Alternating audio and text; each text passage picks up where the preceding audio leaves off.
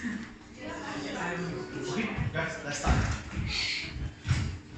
Okay, we were starting with the new topics. This is your chapter 4.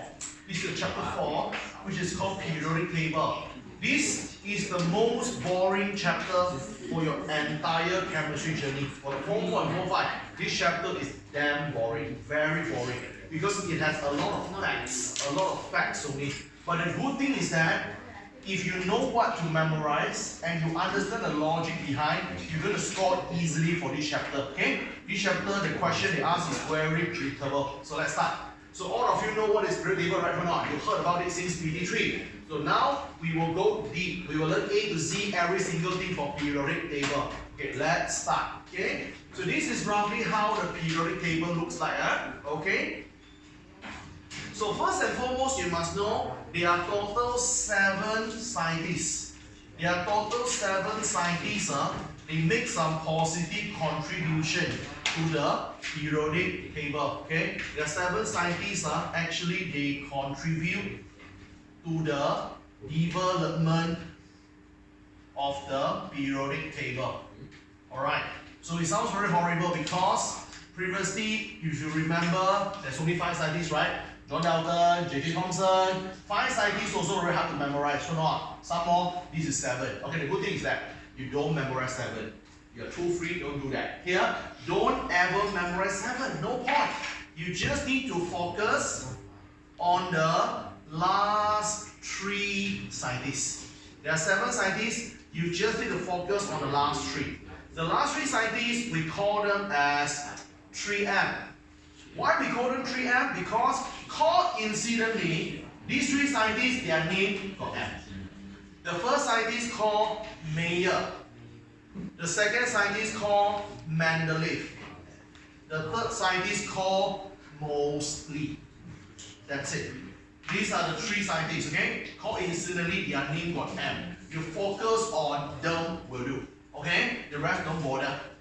Okay, what is their major contribution? This thing always asked in objective. So you don't need to memorize so many things. As long as you know some keyword, you're going to be able to score it, which I'll show you in a short while. Mayer is a person who are too free, nothing to do, go to plot a graph. So whenever you saw the question say blah blah blah plot graph, okay, you know that Mayer. That's it. When you see plot graph, Mayer. Mendeleev is a guy who go to arrange the periodic table. He tried to arrange the periodic table by using mass. He used mass to arrange the periodic table. Okay, he used mass to sort out the periodic table.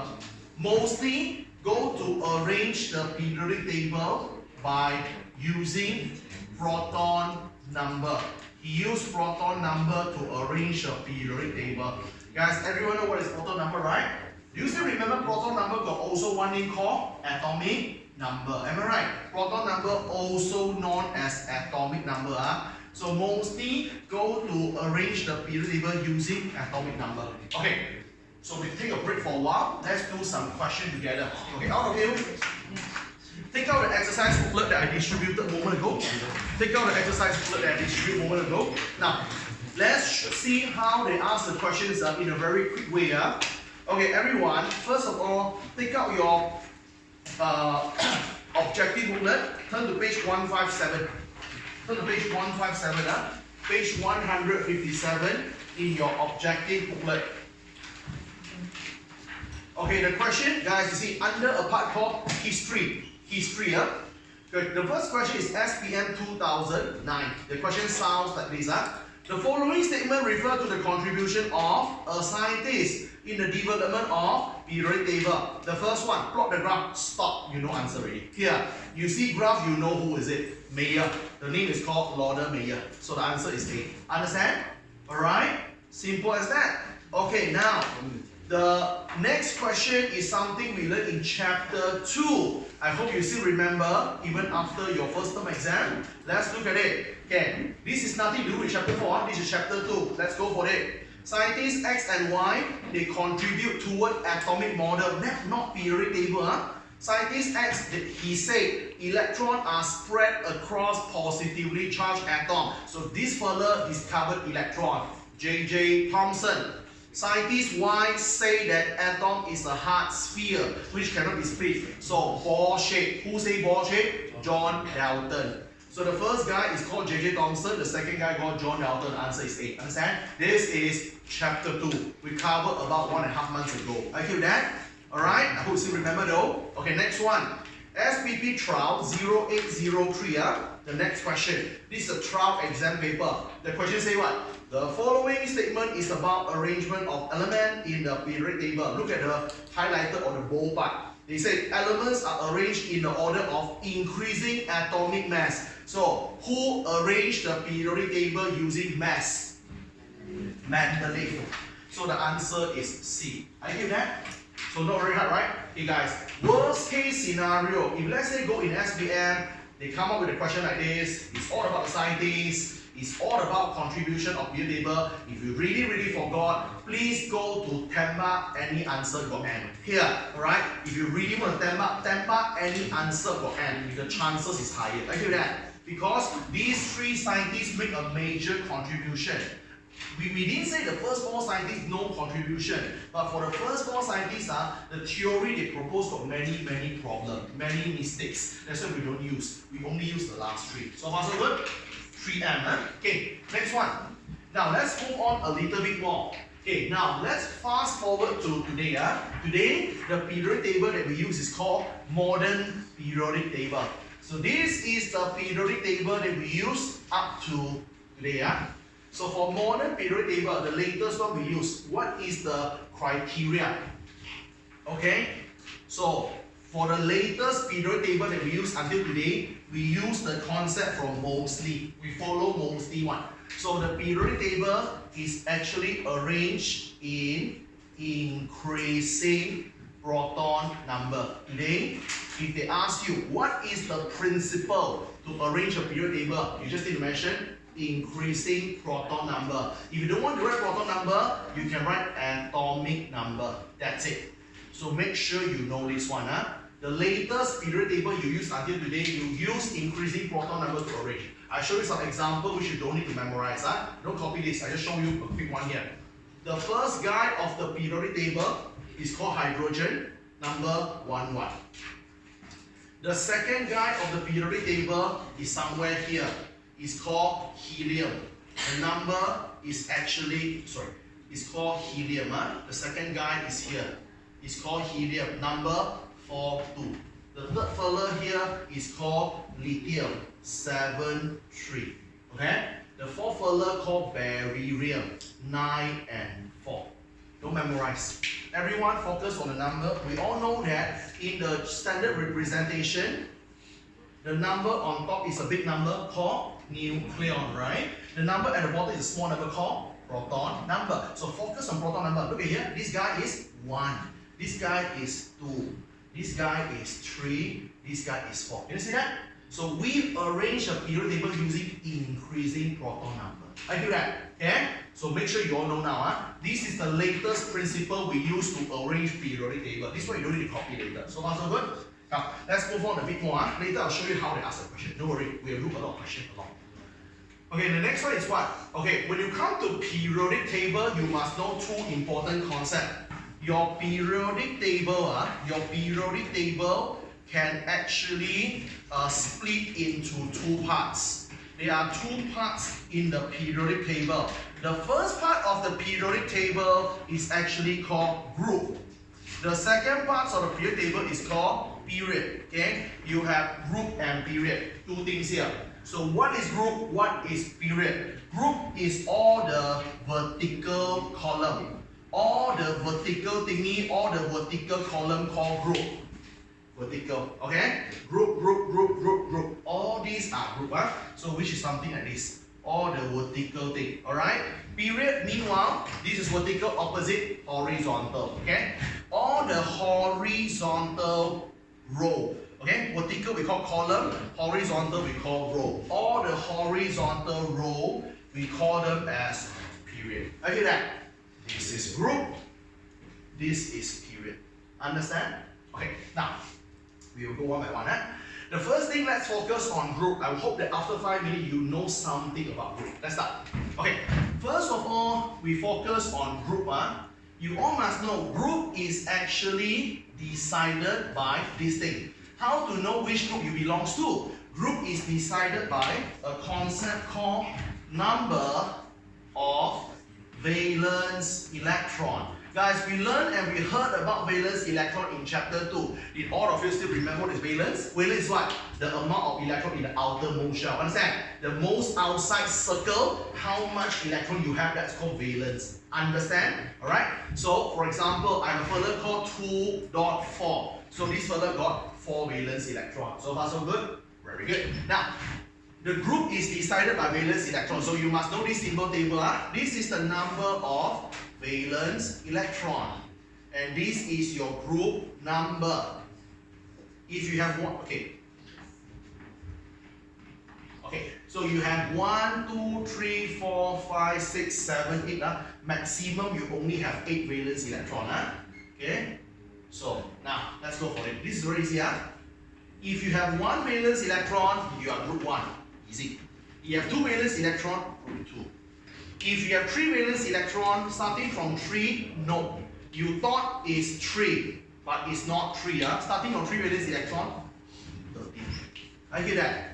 So from 3 valence electron onward, you must plus 10. I hear that. So if you have 4 valence electron, you are not group 4, you are group 14 instead. Understand? 5 is 15, 16, 17, 18. So far so good? So please be careful. So you all must add 10 to get the group number. You all must add 10 to get the group number for 3 valence electron. For 3 valence electron and above, you must add 10. So other than that, no need. So far so good? Please be careful. These are some rules. Okay, now you already know this concept. I give you a simple example, guys. Today I have a fella called W. W got total, let's say 16 electron. So if you write the arrangement, W is 2.8.6. Everyone know what's going on? Okay, so W got 6 outer electron. W belongs to group 16, not group 6. Understand? Here, so everyone must know this simple concept. It's not very, very hard. So far, so good? Okay, now let's go on a bit more here first. Okay, next one. Okay, the group can tell us metal or non-metal. The group can actually tell us that whether you are metal or whether you are non-metal. Okay, what is it? So as long as you are in group 1 all the way to 13, you are metal. When you are in group 14 all the way to 18, you are non-metal. So next time when you want to know metal, non-metal, very simple. You just check group. For example, today I give you a random substance called W. I want to know W is metal, non-metal. Check your periodic table. Let's say assume, just assume W is found somewhere here. Just assume W is in group 15. So W is a non-metal. Are you with that? Alright. Same thing today, I have a random substance called Z. Z is found somewhere here. Z is the group 1. So Z is metal. Are you okay with that? By looking at the groups, we will know exactly that fella is a metal or non-metal. Are you with that? This thing will help you a lot in your chapter 5. In chapter 5, you must know metal or non-metal. For now, so far, okay? Alright, oh, by the way, sorry, I forgot to tell you this thing. How many groups in total? We have total 18 groups. Okay? There are total 18 groups here. 1, 2, 3, 4, and this is 18. Okay? Alright, next one and the last one before we do some exercise together. Guys, some of the group, they have nickname. Some of the group, they have nickname or we call special name. So look at here. This is your group and this is their nickname or we call special name. If you coming from group 1, everything in group 1, we call it as alkali metal. Okay? Everything in group 17, you call them as halogen. Everything in group 18, the last group here, you call them as noble gases. So these are some of the group and their nickname that you're supposed to know. Are you okay with that? Okay, I can ask you a very simple K-Bar question. The question sounds like this. I don't have space to write. I'll just tell you verbally. The question is this. The question says, substance Y is a halogen. Substance Y is a halogen. Okay. What is the number of valence electron in substance Y? You see how it works? So when I say halogen, which group you are in? Group 17. When you are in group 17, how many outer electrons you have? 7. Understand? That's how the whole thing related. If you don't understand who is halogen, you can't do already. So far so good? So this is how they ask the question. So before you go on and jot down this thing, so we will do some questions in a short while. Okay? So everyone bring up exercise first. Come on.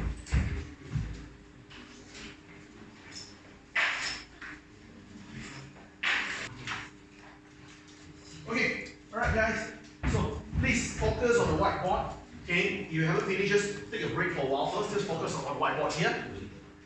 Okay, now I will show you 2 sample questions based on whatever thing that we learned a moment ago. This is objective, this is subjective. Okay, the first question, X, which I don't know what is it, X is known as alkali metal. Which of the following might be proton number of X? Okay, first of all, what is the clue, what is the hint? Alkali metal.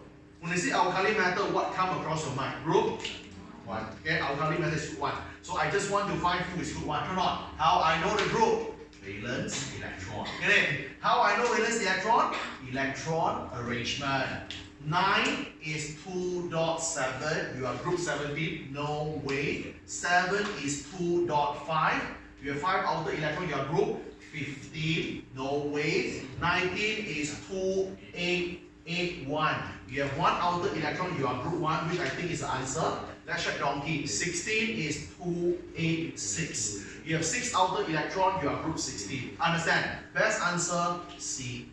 You get the picture? Not very hard, not. That's how we merge everything we learned today. Come, next one. Which pair of the substance, pair means more than one. Which pair of the substance have same chemical properties? Explain why. This one got nothing to do with chapter 4. You already learned this concept in chapter 2. If you remember, chemical properties always affected by valence electron. If you all remember, if you remember in your chapter 2, Form 4 chapter 2. Form 4 chapter 2. We learned before that chemical properties, all our chemical properties is all solely dependent or affected by valence electron. Okay?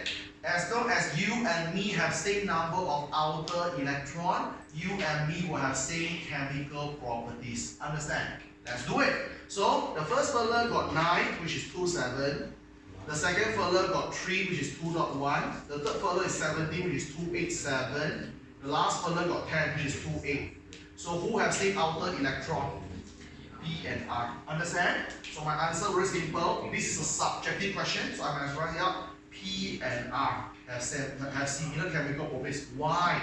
P and R have same number of valence electron. They have same number of valence electron.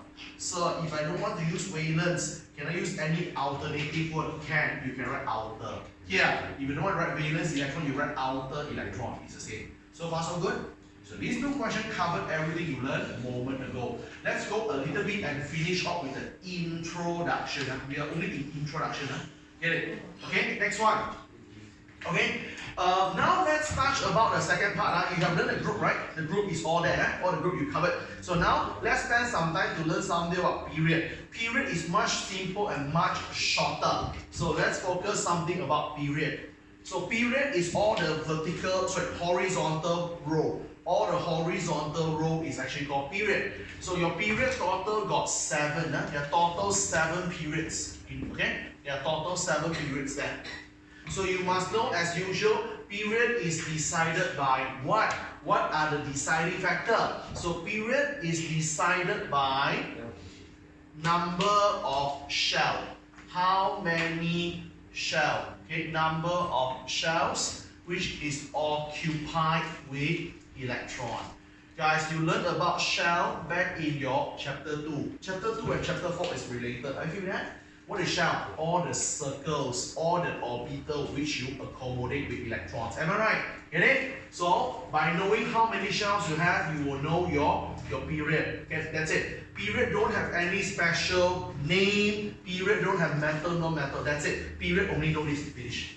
That's all. Only here, no more. Okay? So give you an example. Okay, let me give you an example. Two examples here. Example number 1. A simple question. Which period does a substance with proton number? Today, if your proton number is 20. Okay, you have a proton number 20 belongs to. Okay, so how to know which period you belongs to? So you must know how many shells you have. How to know your shells? Always write electron arrangement. So you have 20 proton number, you are 2882. Obviously you have 4 circles, right? So you're in period 4. As simple as that. I hear that. So guys, do realize one simple thing. No matter you want to know group or period, you just need to do one thing. Write the electron arrangement. Understand? Once you write the electron arrangement, the whole thing settled. You will know your group, you will know your period. Understand? Like this one, I also can know the group, Group 2. Understand? So when you write electron arrangement, you were able to know the group, you were able to know the period. That's all. That's what I tell you. Okay, another one question they can ask you is this. Sometimes the question sounds a bit fancy. The question sounds like this, okay? What if the question sounds like this? Okay, I have a substance called X, or the one that X already have. Okay, Y. Substance Y, okay, has a proton number.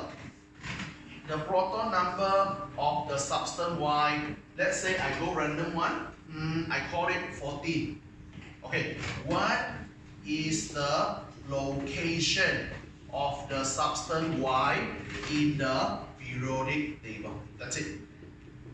So this is the question. Substance Y have a proton number 14. What is the location in periodic table? For the focus here is location.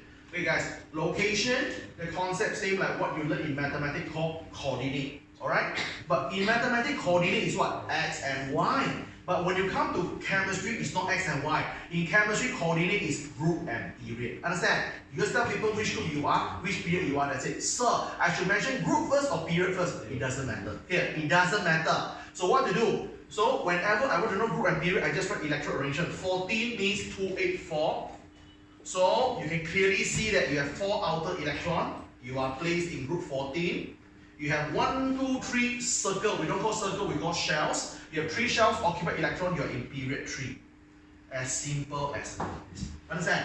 Not very hard, right?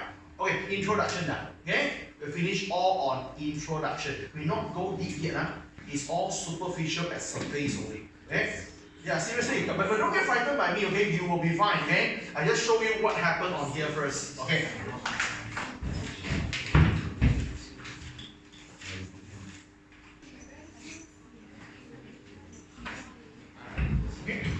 So guys, for the first part of today's lesson, we learned about introductions, okay? Basics, group, basic, period, special need, valence, electron, shells, okay? So far so good?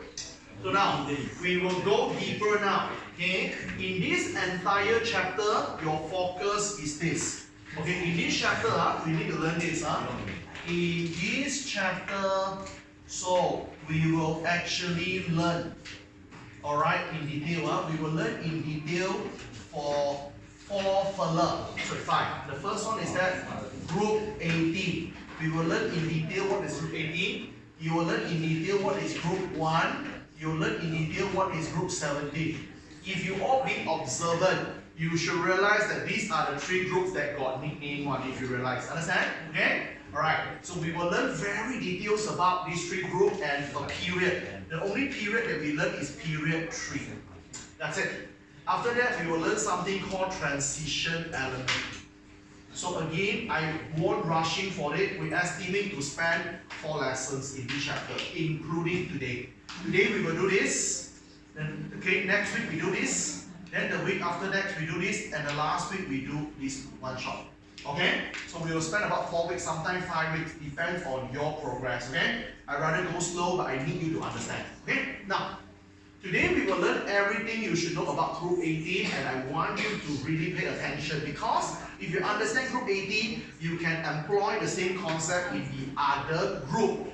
They are same formula, what the concept is the same. So let's start with the first group today. Okay? So after today's lesson, you should know group 18 very, very well.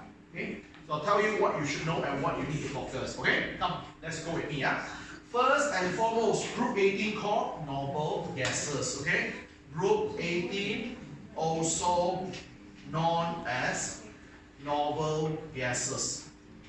Okay, so in group 18, there are a few substances in group 18, but you only need to focus on the first three phenom.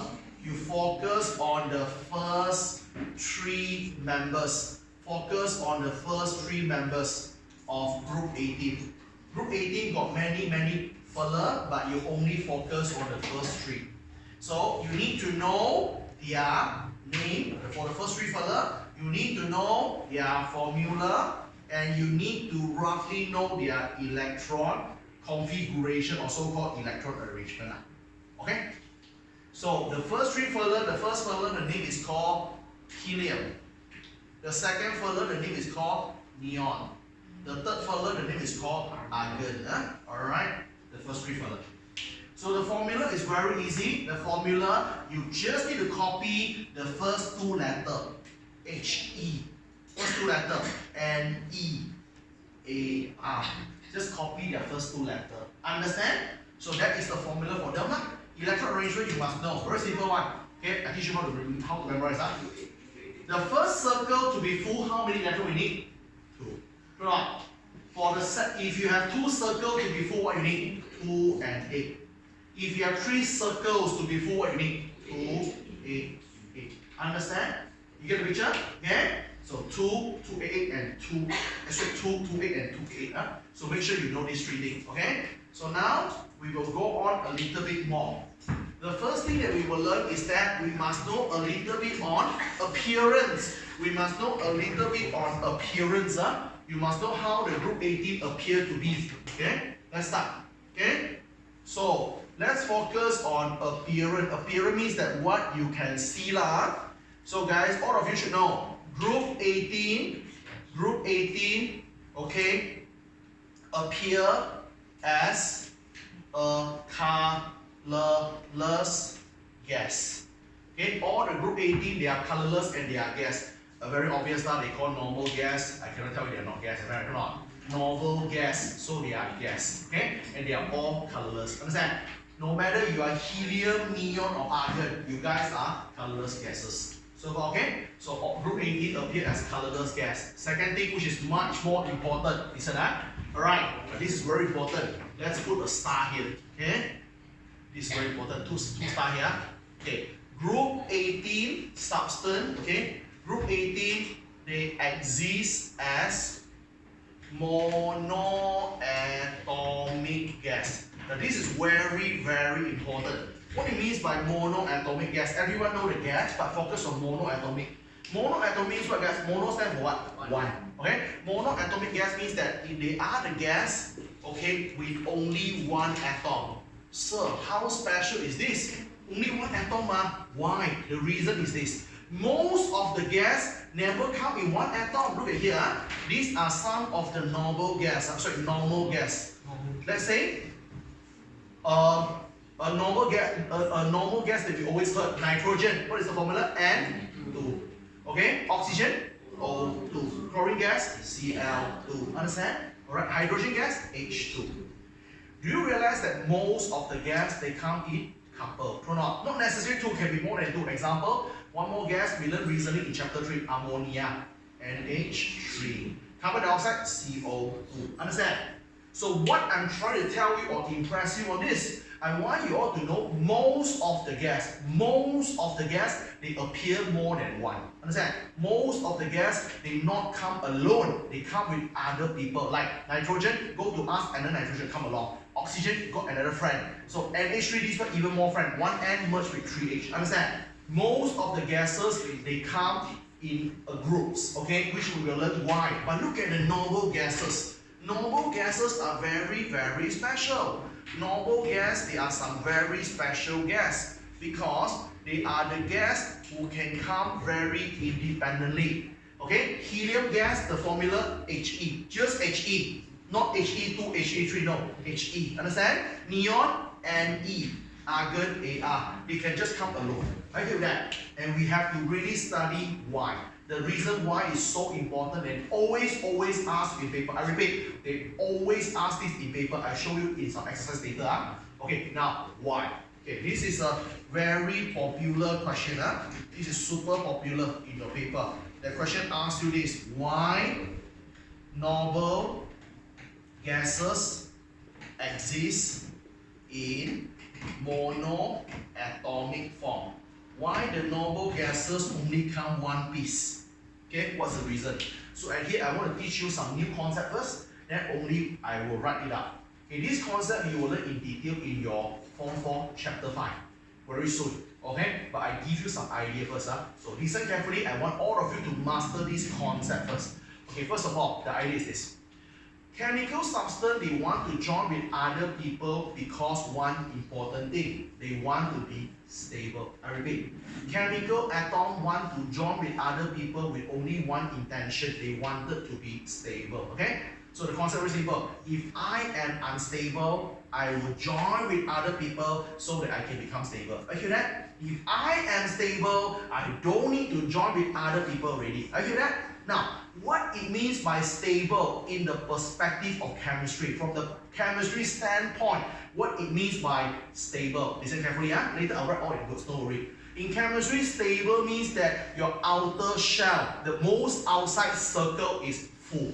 If the circle outside is fully occupied, then you are stable. Are you that? Alright? So for example, today, if I have 2, 8, and 1, I got one outer electron. Do you think I'm stable or not? No, I'm not stable. Understand? So if I am not stable, I need to combine with other people to be stable. Are you that? Now, one more case. Today, if I am 2, 8, I got 8 outer electron. Do you think I'm stable? Yes, I'm stable. So I don't need to combine with other people. I can be alone. I can be independent. You get the picture? Okay? This is what it means by stable in the standpoint of chemistry. So far, so good? Okay, now look at here. For all the noble gases, no matter you are helium, neon, or argon. So when you have 2, first circle 2 is already full, right? Full already, stable. So neon got 2, 8, got 2 circle. So 2 circle, the outer circle got 8, full already, stable. Argon got 3 circles, 3 shells, okay? The third circle is 8, is full already, is stable. Understand? Simple as that. So all the noble gases, they already fully occupied. Okay? So they are stable, so they don't need to combine with any other people. Make sense or not? Okay, so let me write out the concept here. Let me write out the concept here. Okay, this is the extra side notes. Okay, now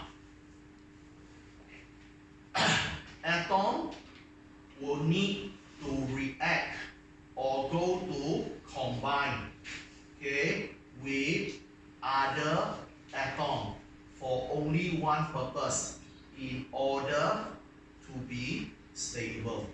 What it means by stable in chemistry, okay? Stable in chemistry means this, Stable in chemistry, it means that the outermost shell, or we call valence, the outermost shell or the valence shell is fully occupied. If your outer shell is fully occupied, I call you as stable. And I want you all to be exposed to 2 words. Get exposed to 2 words. These 2 words you heard a lot in your entire chapter 4 and chapter 5.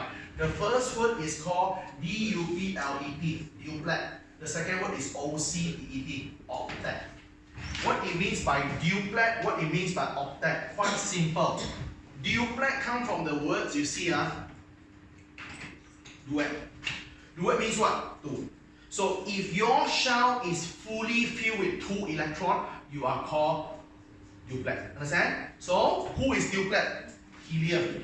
Helium got 1 circle and that circle full with 2 electrons. That's called duplet.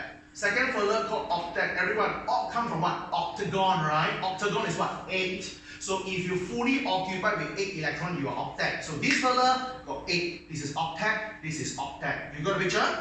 That's it. So duplet means that your outer shell is full with 2 electrons. Then you are duplet. Octet means that you are fully occupied with 8 electrons. That is actually called duplet and octet. So far, okay? Okay, now come back to here and let's finish everything. So guys, let me finish this one. Why noble gases appear in monoatomic? Why they love to be alone? The reason very simple. Okay, all noble gases already achieve. Okay, you can say stable electron arrangement. What it means by stable electron arrangement? Duplet and octet. Here, alright, all noble gases has achieved stable electron arrangement. Stable electron arrangement means duplet or octet. Clear? Okay? So all noble gases, they are either duplet or octet. They are very stable. So what? Okay? They will not do this thing. This three thing is a bit tricky for you now, but you will learn very soon. They will not donate. They will not receive. They will not share the electrons. They won't donate, receive or share electron with other atom. Okay guys, what it means by do not donate, receive or share electron, in the other word, you won't react with other people. You will learn in chapter 5, if you want to react with other people, you might need to donate, receive or share electron. I give you some example. This is for chapter 5, you'll learn very soon. Let me give you some example and I want you to think about it. Okay, let's say I have a fella called 281. Guys, this fella got one outer electron. Stable or not? Not stable. So to be stable, what I can do, you learn in chapter 5, I will throw this one electron away. When you throw the electron, when you donate the electron, you become 2,8. Are you stable now? Yes. Okay, another one. I have one fella called 2 and 6. This fella got 6 outer electron. Do you think this fella stable? No. To be stable, this fella can receive electron. You take 2 electron from other people. So when you take 2 electron people, you become 2, 8. You are stable now. Are you okay with that? This one you learn in chapter 5. So the concept very simple. After I say everything, it's all about this. If I am stable, I don't need to join with other people. I can just be alone. That's why they are alone. Understand? If I am not yet stable, I need to react or combine with other people by donating my electron, receiving electron from people, or share my electron, which we'll learn in chapter 5. Understand? So for now, if I ask you, they say, Martin, why you are stable? So I already achieved octet or duplet arrangement. I won't donate, receive, or share electron. So I don't need to combine with other people. That's why one alone, independent. Are you with that? This concept very important. Okay? So now you all jot down on this thing first. Okay?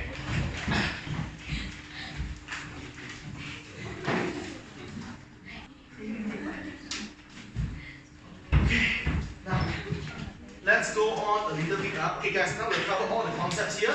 Now I'll teach you something called physical and chemical properties before we end up with today's class. Okay guys, in this chapter you will keep on bombarded with 2 concepts. The first thing is called physical properties. The second thing is called chemical properties, which I will touch in a short while. Okay, what is the difference between physical and chemical properties? Physical properties are all the properties which is observable. I repeat, physical properties are all the observable properties. What it means by observable properties? Any properties that related with your 5 senses. Anything you could see, anything you could hear, anything you could taste, anything you could smell, everything you could touch or feel, that is called physical properties. Understand? For example, this fella is black in color. Black color is physical properties. This fella floats on water, less dense than water. Density is physical properties. This fella conduct electricity. I can see that is a physical properties. Understand? This fella tastes bitter. The taste is a physical properties. Are you with that? Alright? So that's it. But for your level, the physical properties always focus on two things here. There are so many physical properties, you should focus on two things. The first one is your melting or so-called boiling point. You should focus on your melting or boiling point. The second one, you should focus a bit on electric conductivity. So let us do this and let us finish off with today's class. Give me another 10 to 15 minutes. Let me finish it first. Chemical properties we'll touch a bit more next week. Okay? Chemical properties is all about reaction. What kind of reaction you can do? Like for example, I can burn in oxygen to become something else. That's my chemical properties. I can react with water and I turn the water become acid. That's my chemical properties. Are you with that? You will learn that next week, so don't bother for now. For now, just focus on physical properties. Okay, now let's look at melting point, boiling point, electric conductivity. For your information, let's continue. That's for number 5. Okay, noble gases. All the noble gases have very, very low boiling point. Okay, you must know why. Okay, let's put a star. Very important. Star here. I'll explain in a short while. Noble gases has very, very low boiling point. You all must know why. Let me give you a strategy first. This is a strategy that you will use along until you are Form 5. Okay, in SPM, any question that is actually regarding, the melting or boiling point. In SPM, any question regarding melting or boiling point, your answer must talk about this. Your answer must always include two things. Okay? Whenever you want to melt or boil substance, you need to do this. Everybody here, this is a solid. You want to change the solid to become a liquid like this. So far so good? So to make a solid become liquid, you need to do something because this further won't become this naturally. You have to break them up. Am I right? You have to break them up. You have to break the bond, or we call overcome the forces. Come on. You need to break the bond or you need to overcome the forces. So you must tell me what is the force of attraction. What is the force I need to break? You must tell me the name of the force. Tell me the name of the force which I'll teach you. You must tell me the strength of the force. Okay? Tell me what is the name of the force. Tell me the strength of the force which I'll teach you in a short while. After tell me the forces, you must tell me how much of the heat, is required. You need the heat for what? You need the heat to overcome the force. How much heat is needed to overcome the force? Okay, I give you a simple example. Alright? So let's say I want to melt a solid. Just assume. Let's say the force of attraction here, there are some of the force. Let's say this force, assuming is my name, I call Martin force. Just assume, alright?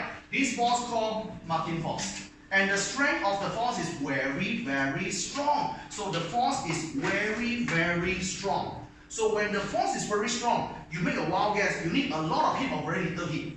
A lot. You need a lot of heat to break it down. When you need a lot of heat, make a wild guess, your melting boiling point high or low? That's it. Here. So the question asks, how come the melting point is very high? My answer, alright? The particles are attracted by strong Martin force. Therefore, a lot of heat is required to overcome the force of attraction. You get the idea? Get this pattern first, okay? Whenever they ask you melting boiling point, you must talk about what is the force over there. How strong is it and what is the name? And tell me how much energy you needed to break it up. Here, come to here. So in this case, for noble gases, what is the force? I want you all to imagine this. I want you all to imagine noble gas as human. This is a guy called helium. This is a guy called helium. So they are holding their hand together. Yeah. Hey guys, I've been drawing this for 50 years. I still suck at drawing. I cannot draw one. I don't know why. Okay?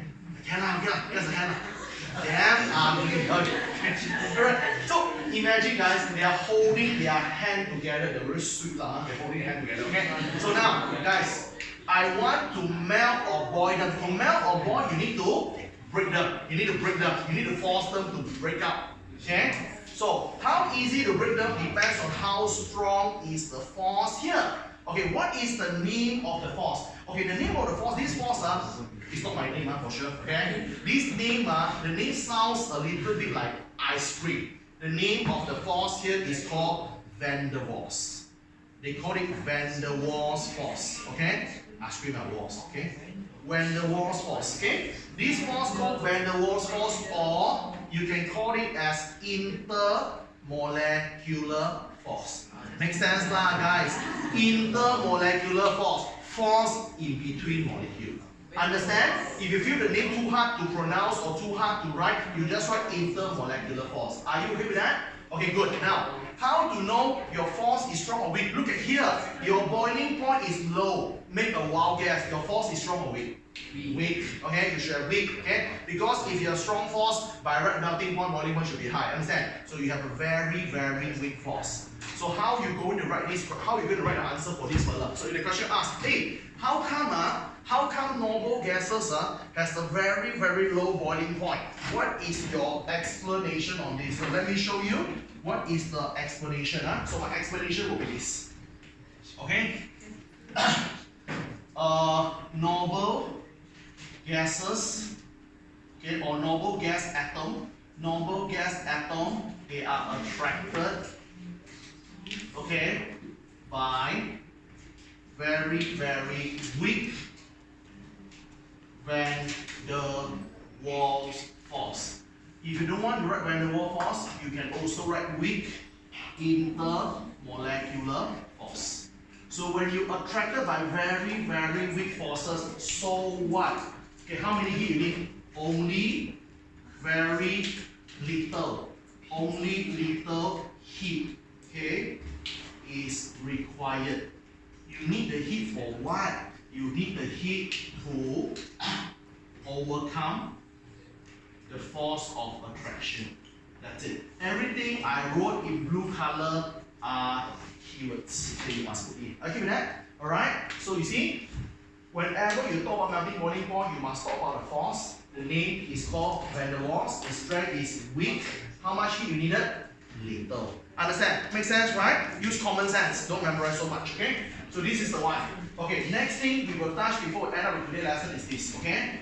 Alright, moving down the group. Moving down the group. Moving down the group means that go from top to bottom.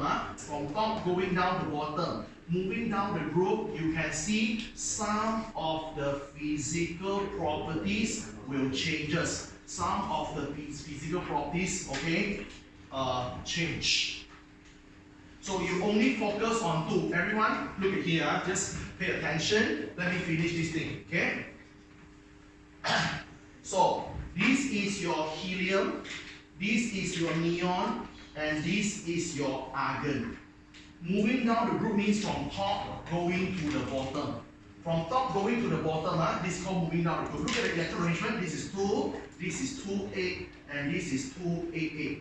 The first thing that you can see is this. Going down the group, you will see atomic size is actually increases. Means that the atom become larger and larger. Let me draw some picture for you.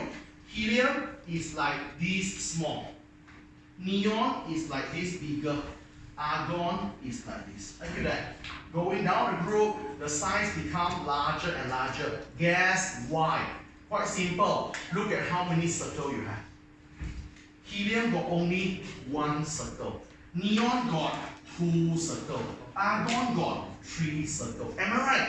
Going down the group, you have more and more circles. We don't call circle, by the way, we call shells. Understand? Going down the group, you have more and more shells. Of course, you become larger, what? Okay? You can see yourself, right? Okay, that's it. So now how you write the reason here? This is the reasoning. Going down the group, so number of the shells. Number of the shells occupied with electron increases. When you have more and more shells filling up with electron, that's why the size is getting larger and larger. Understand? Alright? Number of electron occupied with electron increase. Okay? Simple as that. Any question? Okay, last thing to teach you before we end up with the lesson.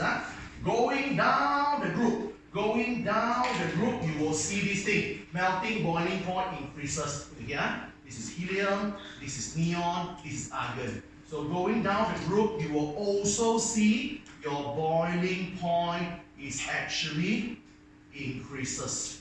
Your boiling point become higher and higher. Example, I just give you some number, don't memorize that. Assume this fellow was negative 124, this fellow become negative 70, this fellow become negative 10, for example. Still negative, all are very small number, but can you see the number is increasing? True or not? Okay? Why? So this is very, very popular. Put 3 star. Very important. Okay? Why? Okay? Why? So everyone, let's brainstorm together first. Let's talking about strategy. Then I show you something. I wanted to tell people and explain about melting boiling point. When I want to talk about melting boiling point, what is the answer I should include? Forces and heat. Am I right?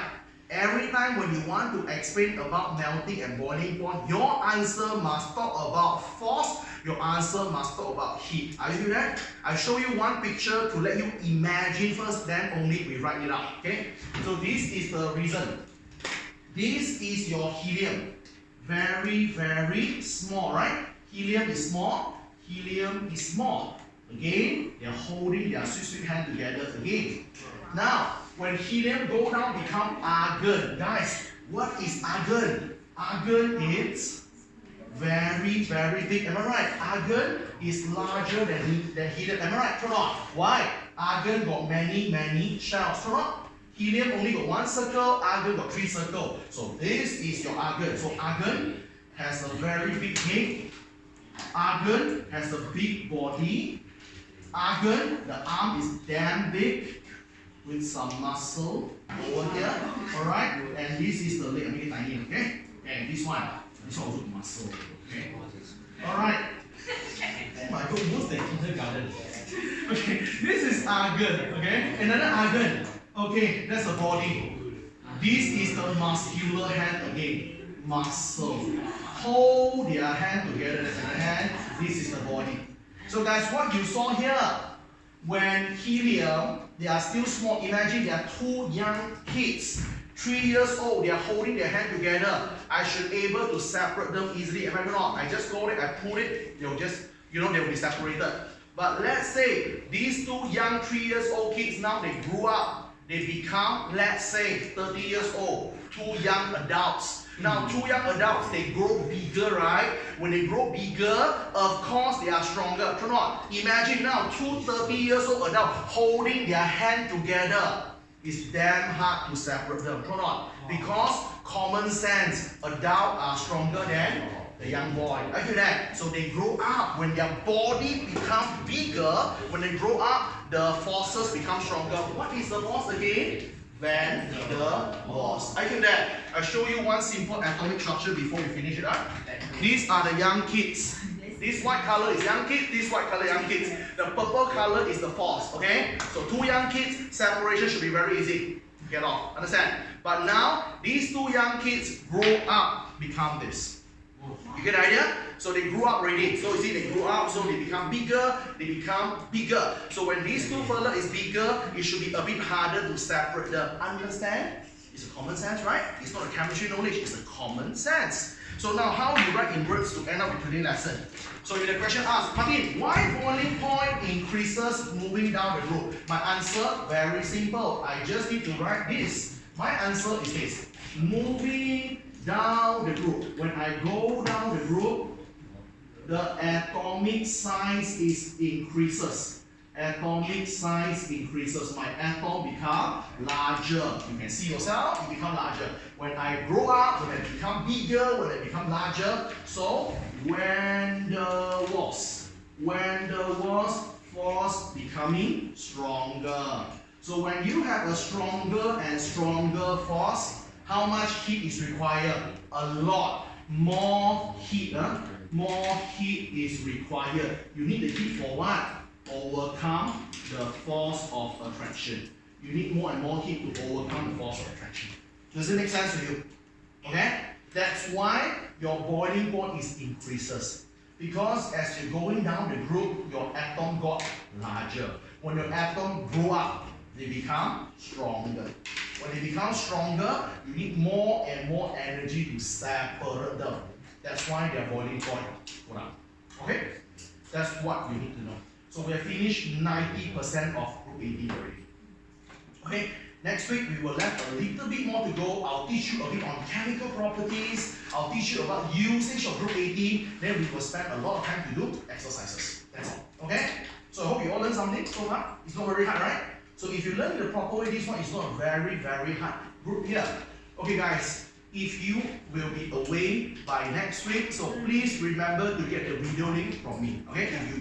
If let's say you'll be away for holiday next week, so please remember to get the video link from me afterwards. Okay? I'll do the recording. You can get the video link from me afterwards. So okay? I don't want any one of you to miss out anything. Because if you miss out one thing, when you come back, you might feel a bit blurred already. Okay? That's all. Okay? So here we end up with our group 18 on this part today. Okay?